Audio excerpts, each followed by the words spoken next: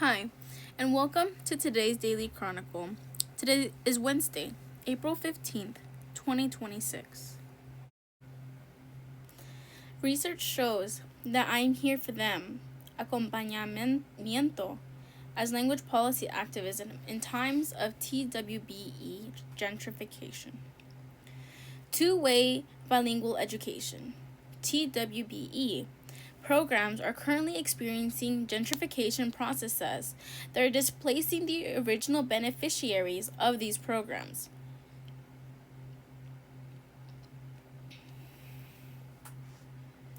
These gentrification processes have led to whitening of bilingual education, marked by inequities and the dangerous potential to erase Latinx communities and voices.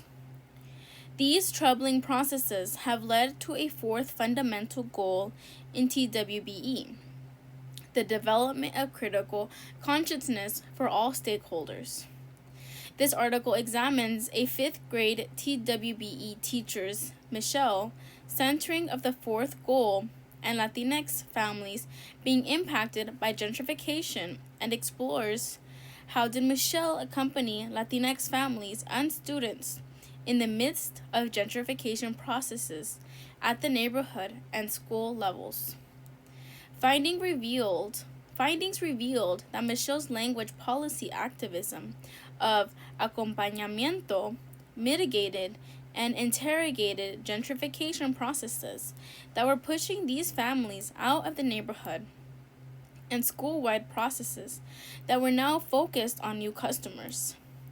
The discussion points to why a language policy activism of acompañamiento should count as language policy and its second connection to TWBE's fourth goal. We argue that another crucial element of the fourth goal is the enactment of a language policy activism of acompañamiento, actions and practices in support of communities that experience injustices, guided by fellowship and being in relationship with the oppressed. Research shows that I am here for them. Acompañamiento as language policy activism in times of TWBE gentrification. Déjame aclarar algo. Ella, Michelle, siempre encuentra la manera de alcanzar la gente. Puede ser mediante correo electrónico. Siempre está mandando mensajes de texto. Cada mes tiene un house meeting en su salón. Entonces, ella va más allá para incluir y proyectar las voces de todos. Es muy impactante. Aunque la comunidad está cambiando y a veces las voces latinas están más débiles de antes, ella encuentra la manera de incluir las voces de los niños y también de los padres. Yo me acuerdo los house meetings. Llegan un montón de gente y están dialogando, cruzando barreras de raza, de cultura y clase social. Y eso es lo bonito del lenguaje, dual, two-way, y debe de ser así. También es un desafío. ¿Cómo llevamos a cabo eso? Let's be clear about something. She, Michelle, always finds a way to reach out to families. Through email, she's always sending texts. Every month, she has a house meeting in her classroom. She goes above and beyond to include and make sure everyone's voice is heard. It's really powerful. Even though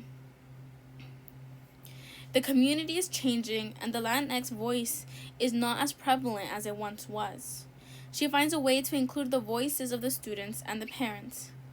I recall those house meetings. A bunch of people show up, and there's a lot of dialogue. Boundary crossing across race, culture, and social class. And that's the beauty of two-way dual language, and how it should be. It's also a challenge, how to make this happen. We begin this article with Daniel's description of Michelle, to emphasize the need of two-way bilingual education. Teachers to prioritize the gente for whom bilingual education was originally designed and missed TWBE gentrification processes that pose dangerous potential to erase the voces. Even though much has been written around the bonito of TWBE as far as higher rate of academic achievement, increased cognitive advantages, and positive intercultural competencies, inequities point to major challenges to incluir and proyectar the voices of Latinx communities. At the same time, the recent empirical work has documented the hopeful potential of TWBE spaces when they prioritize the development of critical consciousness. Specifically, Palmer and colleagues outline 4 elements of critical consciousness in TWBE spaces: continuously interrogating power, historicizing bilingual education, critical listening, and engaging with discomfort. In this article, we provide another example of this hopeful potential by documenting how Michelle, a 5th grade TWBE teacher, engaged in acompañamiento with Latinx students' families being impacted by gentrification processes in TWBE. We ask, how did Michelle accompany Latinx families and students in the midst of gentrification processes at the neighborhood and school levels? We argue that Michelle's acompañamiento is another critical element of TWBE's 4th goal and a form of language policy activism that goes beyond language, as this is insufficient for addressing the root causes of marginalization of language minoritized communities. We begin by defining and discussing acompañamiento, as this concept has only recently been theorized and enacted in educational contexts in the U.S. We then situate acompañamiento into the rapidly expanding and gentrifying TWBE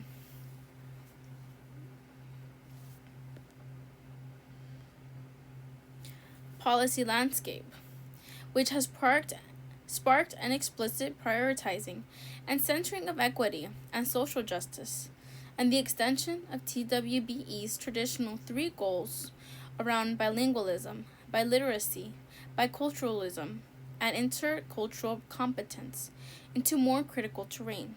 The centering of the 4th goal in TWBE spaces reveals the necessity of engaging in language policy activism as a form of resistance to processes such as gentrification.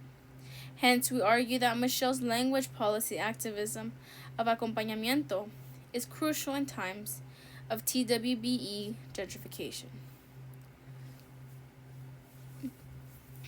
Acompañar literally translates from Spanish to English as accompaniment.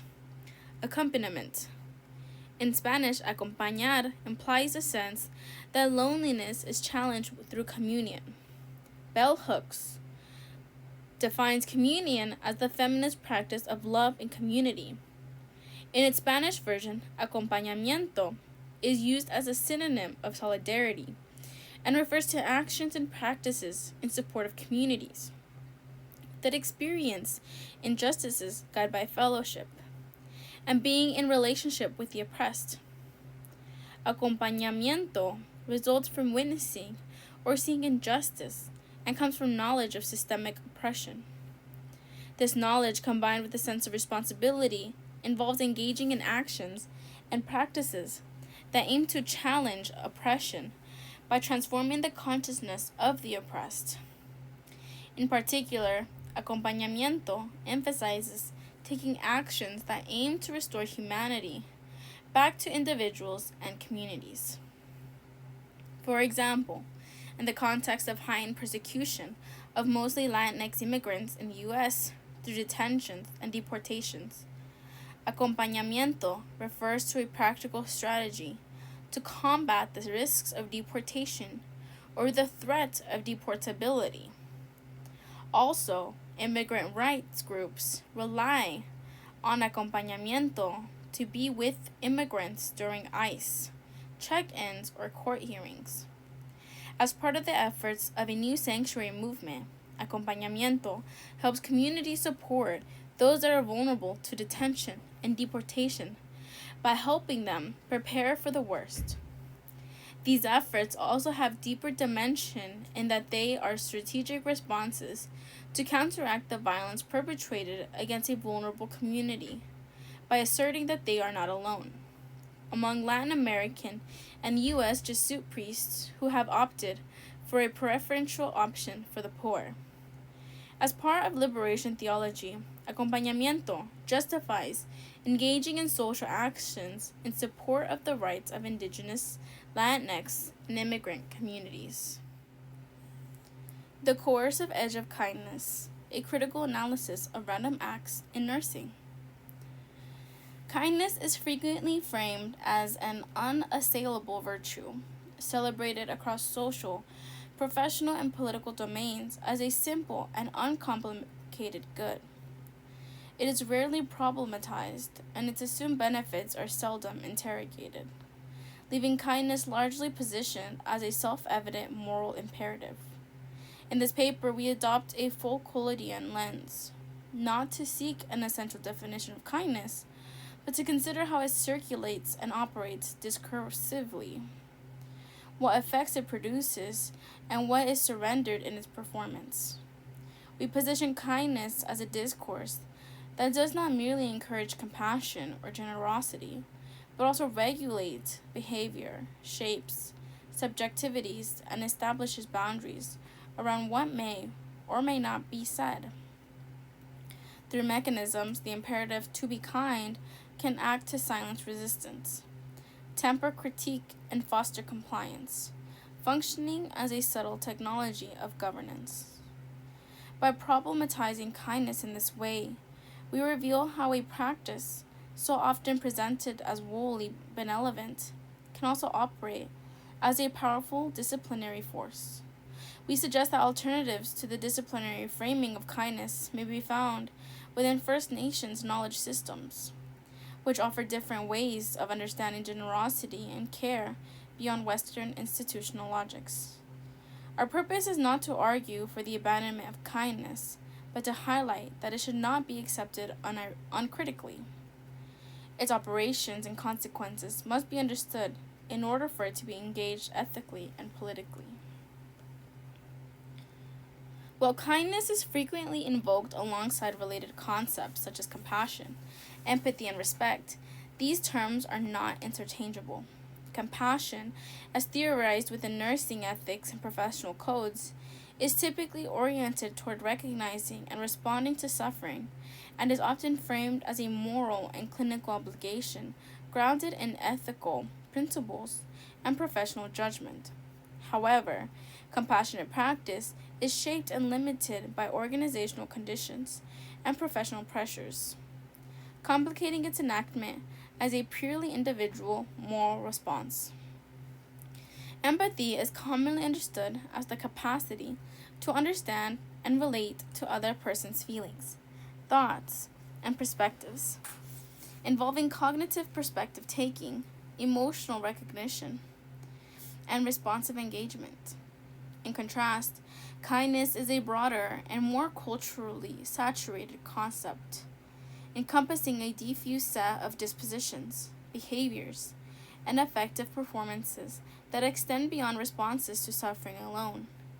Its apparent simplicity and moral appeal render kindness particularly amenable to institutional uptake, where it can be operationalized as a behavioral expectation or moral injunction rather than an ethically deliberated practice. This distinction matters because, unlike compassion, kindness is rarely theorized within formal ethical frameworks. Yet, it is increasingly mobilized in organizational rhetoric and workplace initiatives, where the imperative to be kind can function as a normative standard against which conduct, collegiality, and professional behaviors are judged. As a human characteristic, kindness is uncritically accepted as a universally virtuous ideal.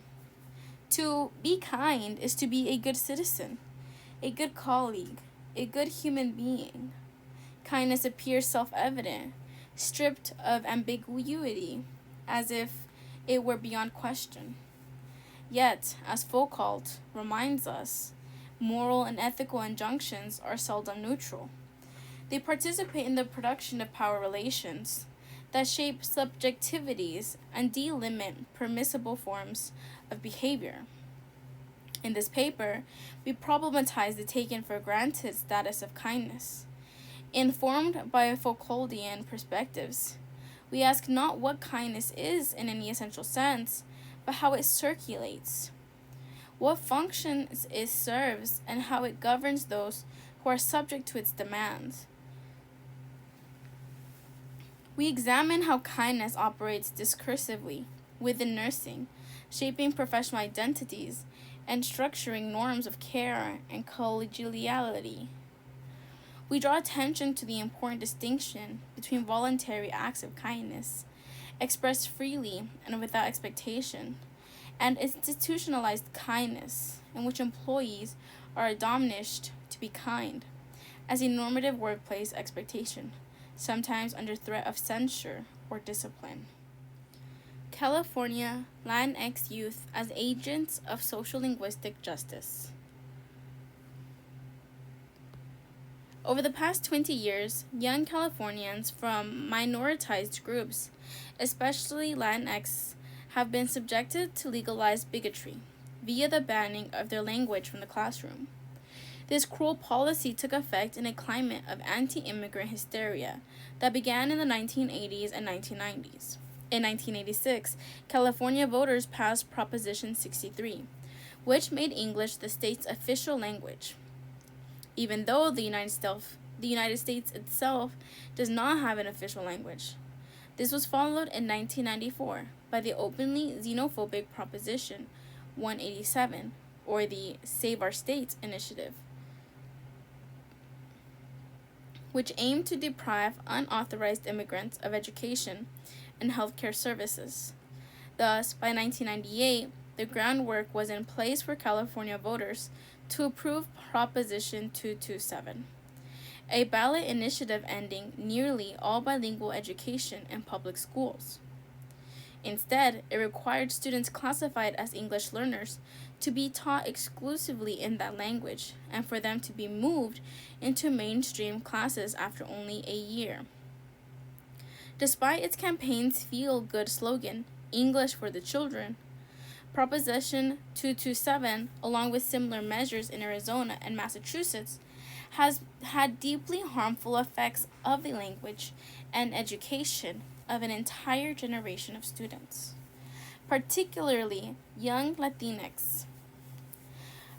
Proposition 227 was not rescinded until November 2016, when California voters passed Proposition 58, which gives local communities control over decisions about how best to educate English learners in their schools. The effects of this measure are not yet clear. 4 months before Proposition 227 passed, a similar policy was enacted in the city of Santa Barbara, where the three of us teach at the University of California.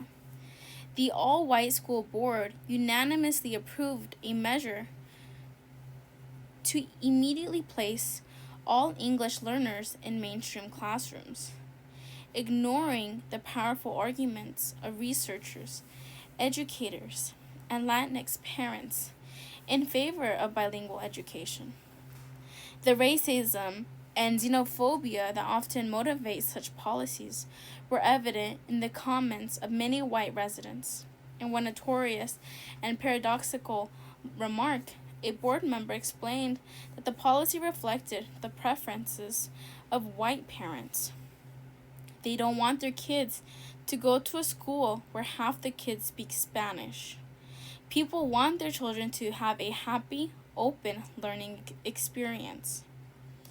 Some states went even further after rendering students' languages illegal. Arizona lawmakers began to target their cultures and histories.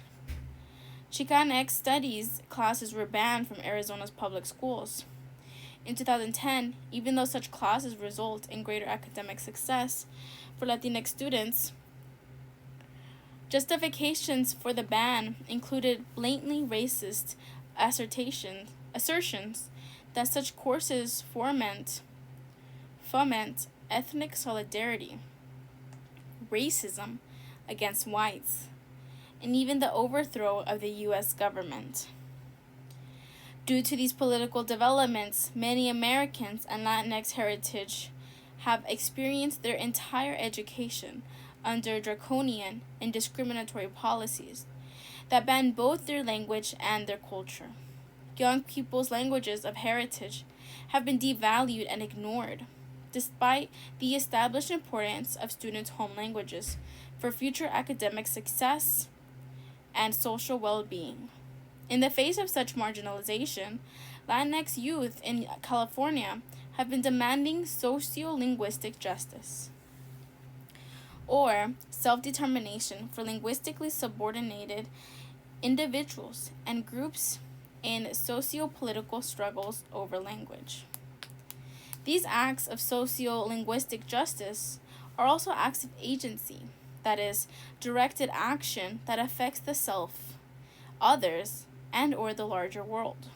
Yet, adults often fail to recognize the considerable social agency of youth, especially in institutional settings such as schools, which impose structural constraints on what counts as legitimate knowledge and action. As the three examples below demonstrate, such agency is the basis of social activism by challenging and potentially changing conditions of injustice. The Skills Program. We focus on the social agency of youth participants in an academic partnership program with social justice, School Kids Investigating Language in Life and Society, which was established in 2010 to address linguistic, educational, socioeconomic, and racial inequities in our region. Skills creates collaborations between teams of graduate student instructors and undergraduate mentors on the one hand, and youth from area high schools and youth-serving organizations on the other. Most participants are from low-income Mexican-American families and are the first generation in their families to have the opportunity to pursue their higher education. Within the Skills Partnership, our goal is not youth empowerment, which presupposes an asymmetrical distribution of power and knowledge, but rather accompaniment, which involves joint activity and mutual learning among all participants. The Skills Program supports young people linguistic and cultural identities, as well as the development of academic skills and knowledge. Together, participants work through a 5-month-long college-level curriculum on language and race. Whenever possible, students receive college credit at no cost thanks to a partnership with a local community college.